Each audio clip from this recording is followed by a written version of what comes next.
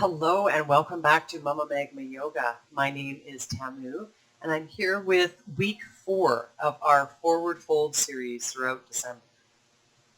This week we are exploring upavistha konasana, or straddle, or wide-legged forward fold.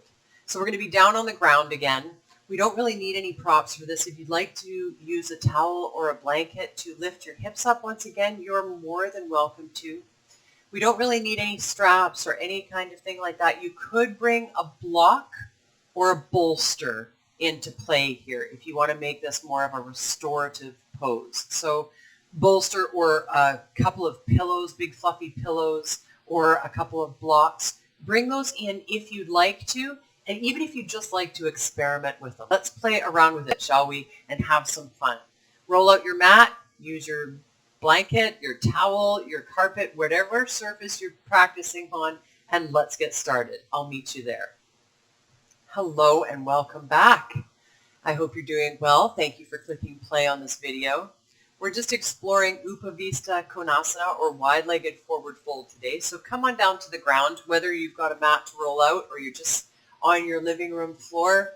Doesn't matter to me, and it really doesn't matter to the posture. So work with what you've got.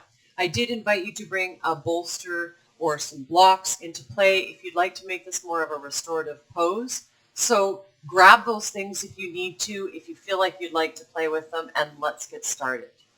I am lifting my hips up on a blanket again this week. I'm just finding it really nice to have that little bit of extra support. We're coming down into a cross-legged position to start, and then once you arrive, we'll slowly send the legs out nice and wide in front of us. So you don't need to really over-stress this. Like, don't think you've got to nail it and really open the legs nice and wide and try to have that kind of mentality of having to force yourself into it. If you're new to the practice and your legs are more here, that's wonderful. Just find a position where you can sit up nice and tall. Once again, you're engaging the legs. So the toes are pointing up towards the heavens. The thighs are engaged and reaching down towards the earth or engaging with the earth. Whatever version, whatever width apart the legs are. You're still accessing that mula bandha, that pelvic floor lock. You're lifting from the pelvic floor and you're thinking about peeling back with the hip creases. So we're sitting up nice and tall here. Now maybe this is already a lot for you. Maybe you haven't done this kind of forward fold ever before, and your inner thighs are already really feeling it. Your hamstrings are already feeling it. You're already feeling the stress or the strain or the practice, I should say, of sitting up nice and tall. So between the shoulder blades, the traps, maybe you're feeling it there. Let's bring the palms together at the heart. See if we can lengthen through the crown, finding that danda or that staff of the spine that we've been exploring. Let's take a deep breath in. And on an exhale, let's relax the shoulders. Feel the shoulder blades run down the back body. Maybe we close our eyes for a moment. So really, this is bus stop number 1. If this is where you're at, absolutely beautiful. Bus stop number 2 is we bring the fingertips to the mat and we can start to crawl them out in front of us. So we want to keep this nice length through the spine. I find coming forward on my blanket really does help to tilt the pelvis forward, because we don't want to be rounding through the spine and having the pelvis tilt backwards.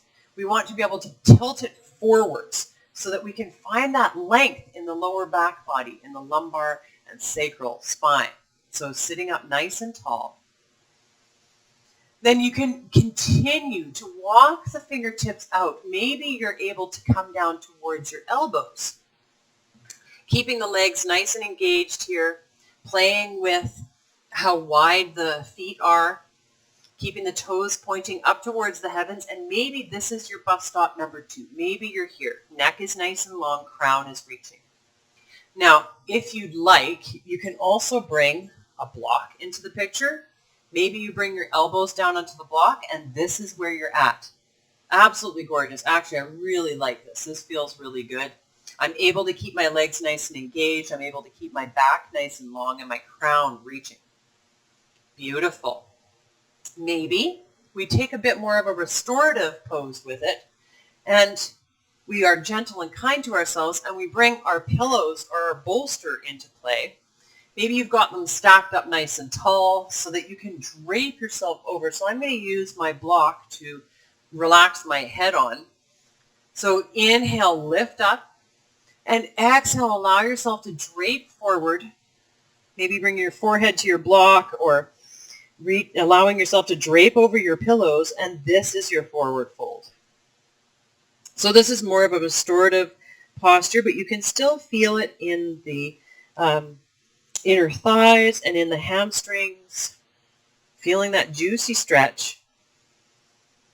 And actually, I quite like this as a restorative pose. I've been using it quite a lot lately in my practices, and it just, it feels so yummy, and I can really fully surrender myself to the posture without feeling like I'm straining.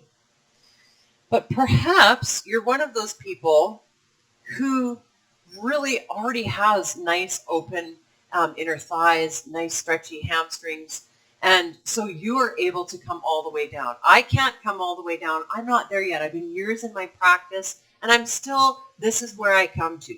I'm not yet reaching out and bringing my whole torso down to the mat. So I would advise that if you are there, that you keep nice length in the lower back, that you're concentrating there, that you ground down through the thighs and keep the toes pointing up towards the heavens. You can also reach to the toes and find a stretch this way. So you're reaching and pulling, using your peace fingers to wrap around the big toe and pulling yourself down towards the earth. Be careful here. You don't want to strain. You want to breathe nice and deep. Don't leave the breath behind. Keep nice length through the back of the neck and through the spine. Be present. Let's take one more deep breath in together. On the exhale, see if we can surrender just a little bit more. Beautiful. On your next inhale, wherever you are, let's walk the fingertips back towards the torso. Sit up nice and tall. Find that length through the crown and gently bring the legs together. If you want a little bit of a counter pose, bring the palms behind you. Bring the feet flat to the earth, knees pointing up towards the heavens, and allow the knees to fall one way and then back through center and then the other way. Just finding a bit of counter movement here. And then you can come back to your comfortable seat. So once again, thank you for joining me for this practice. I hope that you found this month informative and helpful, and that all of these practices help you to ease into the separate asanas with more grace, more power, more empowerment, and more strength. I'll see you next month with a whole new series. In the meantime, I hope you have a great Christmas, a great interaction with friends and family, and that you find some time for yoga in there too. And we'll see you in the new year. All my love. I'll see you next time. Namaste.